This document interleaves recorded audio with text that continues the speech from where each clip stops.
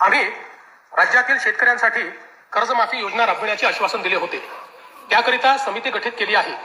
राज्यातील 30 सप्टेंबर 2025 रोजी पीक कर्ज थकीत असणाऱ्या पात्र शेतकऱ्यांना 2 लाख रुपयापर्यंत कर्जमाफी देणारी पुण्यश्लोक अहिल्यादेवी होळकर शेतकरी कर्जमाफी योजना मी आज जाहीर करीत आहे.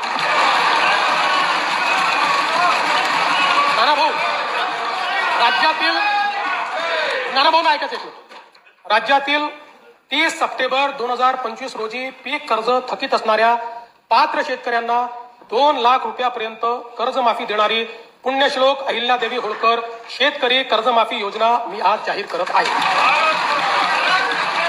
जे शेतकरी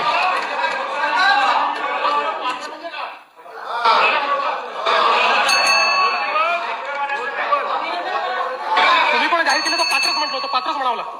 अपात्राला देता येत नाही. ऐका पुढे अजून संपलं नाहीये. अरे अजून संपलं नाही, थांबा रे बाबा. शांत बसा, शांत बसा.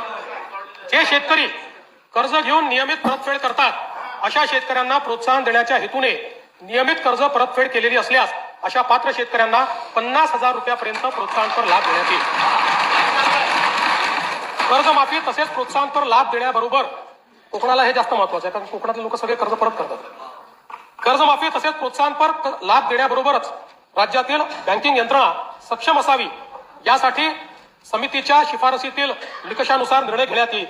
शेतकरी वारंवार कर्जबाजारी न होता त्याला कायमस्वरूपी कर्जमुक्त करण्याचा शासनाचा संकल्प असून याबाबत समितीच्या शिफारसी अनुसार दीर्घकालीन उपाययोजना करण्यात येत आहेत.